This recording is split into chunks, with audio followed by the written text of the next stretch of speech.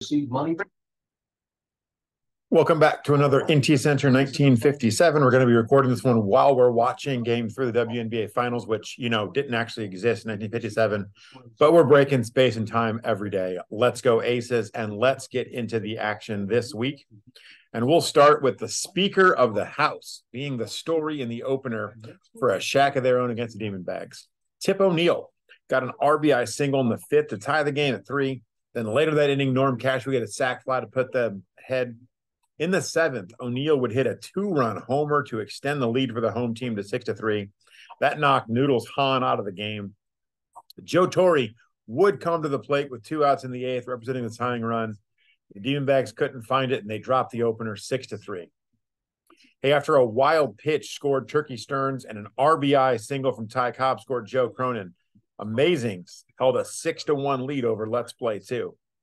But a Hank Aaron RBI triple was followed by a sac fly from Frank Thomas and a solo homer from George Sisler in the same inning, cut the lead to 6-4 going into the 9th. Let's Play 2 loaded the bases with 1 out.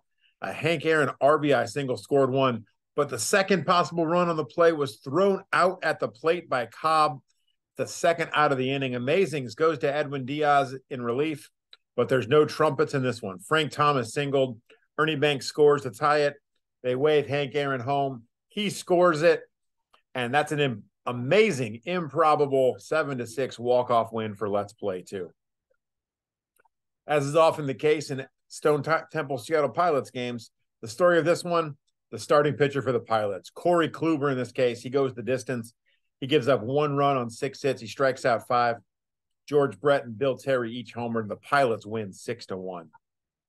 An RBI triple from Nap LaJoie and an RBI double from Jose Ramirez saw Cynthia of Ostenard cut the Family Madrigals lead to 3-2 in the bottom of the 6th. But in the 7th, a Paul Goldschmidt 3-run homer highlights a 4-run inning, and the Family Madrigal would go on to win this one 7-2. Hey, Aces just tied it up. Come on, let's do this, girls. Nolan Arenado had 4 hits, including a homer, and Every City Bandwagoners routed the Zodiac Guardians 10-3.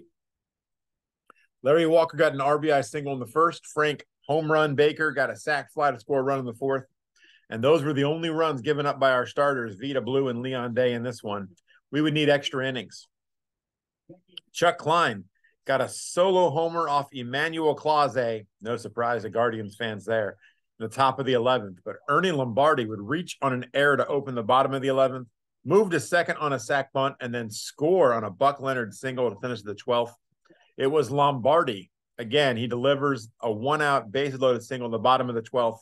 That finally ends it and gives the walk-off win to Game of Throws. A 4-run first inning from a shack of their own looked like a death knell for the Demon Bags. But Cleveland's own hit a 2-run homer, and a bag and a half in Joe Torre solo shots also happened in the 4th inning. That ties that game at 4. A shack of their own retakes the lead in the bottom of the inning on a Tip O'Neill RBI double, but a 3-run 5th, the Diamondbacks put them back on top. A shack of their own gets the tying run on base with 1 out in the 9th, but Pete Browning hits into the game-ending double play for a win that just might, be the catalyst for the Diamondbacks to turn it around. Hank Aaron hit a solo homer to lead off the 9th, and Eddie Matthews hit a 2-run homer, make it 6-4 with nobody out. Pudge Rodriguez singled with 1 out to bring a tying run to the plate, but Bob Feller got the pinch-hitting Ryan Sandberg, and he got Frank Robinson both to ground out. Amazings. Hold on, they get a 6-4 win. Jeez. Liberty's on a bit of a run here, 7-0 since I had that last update. Man, that sucks. Anyways, back to FODEUSS.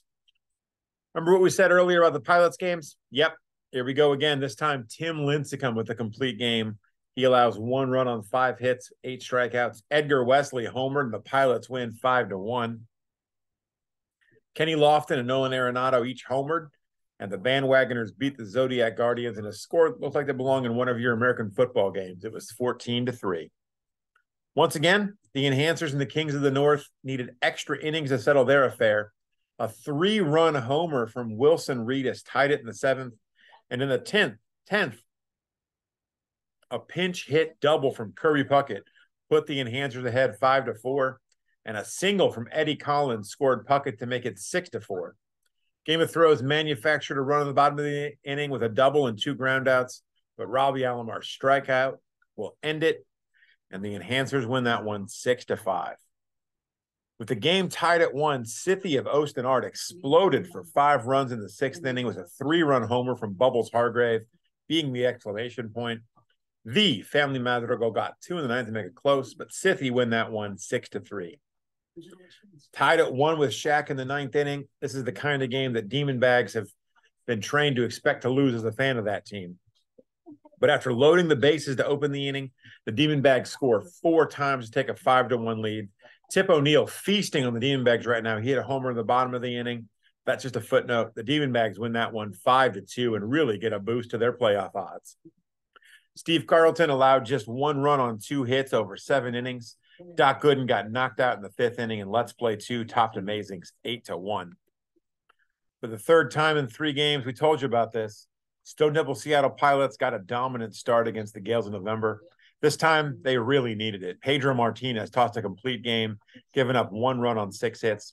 Ray Brown definitely gets a hard luck loss. He gives up 2 runs on 7 hits. Zodiac Guardians managed to make it respectable in the finale, but they still get swept by the Bandwagoners. Juan Soto, Bryce Harper, and Jackie Robinson all homered for the Bandwagoners. They win it 7-5. Hack Wilson homered, and Old Hoss tossed a complete game, and Performance Enhancers and Game of Thrones somehow managed to finish this one in just 9 innings, with the Enhancers taking the rubber match 8-4. And we'll end with this one. Dean Chance spun a gem. He gave up 1 run on 5 hits over 8 innings. Mel Ott hit a 3-run homer to back him. Sithy, they take a really important rubber match over Madrigal. That keeps them at bay in the standings. They get the 5-1 win, and they'll look to build on that down the stretch. That's going to do it for IntyCenter. We'll get back to watching. Hopefully the Aces win their 2nd straight championship, and we'll catch you next time for another whip around. FODEUSS.